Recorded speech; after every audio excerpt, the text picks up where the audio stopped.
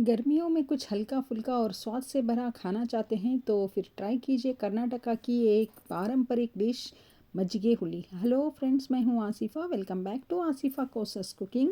अगर चैनल पर पहली बार आए हैं तो चैनल को सब्सक्राइब कर लीजिए और साथ में दी गई बेल को प्रेस करिए ताकि मेरे आने वाली तमाम वीडियोस की नोटिफिकेशन आपको सबसे पहले मिल सके।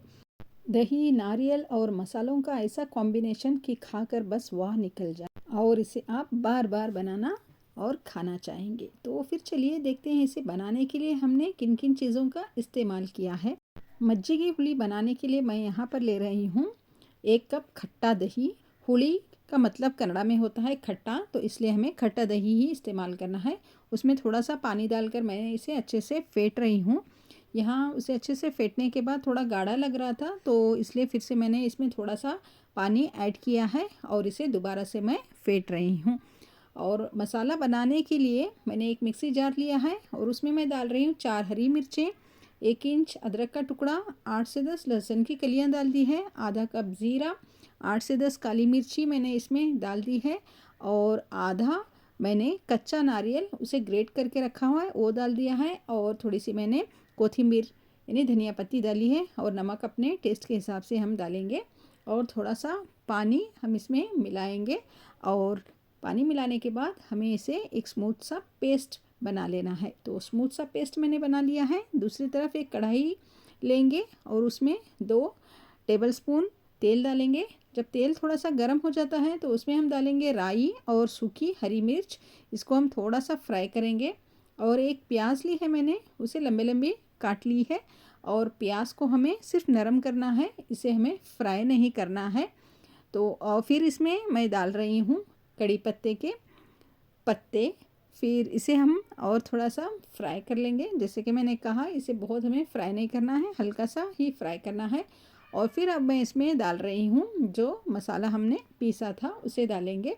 उसके बाद 1/4 टीस्पून मैंने इसमें हल्दी शामिल कर दी है। अब ये मसाले को डालने के बाद हम इसे थोड़ी देर अच्छे से पका लेंगे ताकि इसका कच्चापन निकल जाए। थोड़ा सा ही पकाना है। फिर उसके बाद इसमें हम पानी डालेंगे और इसे अब अच्छे से उबलने के लिए हम रख देते हैं।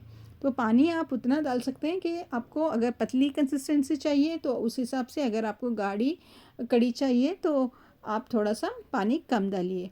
तो अब ये कड़ी आप देख सकते हैं अच्छे से उबल रही है।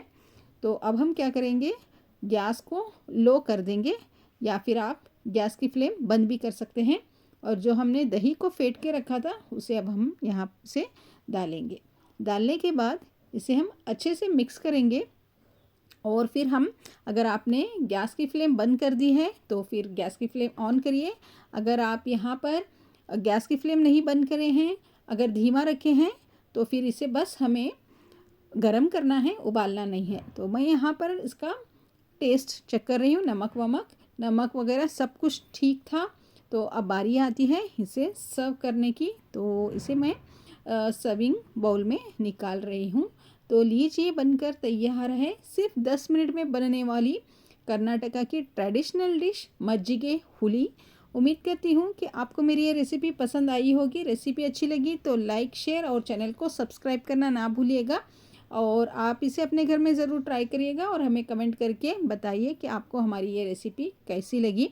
तो इसे मैं वाइट राइस, थोड़ा सा घी डाल दिया था और ऊपर से मैंने ये मज्जिगे हुली और यहाँ पर मैंने बनाया था बैगन का सालन। तो उसके साथ जब मैंने इसे खाया तो मैं क्या ही बोलूँ, परफेक्ट समर कंफर्ट फूड है।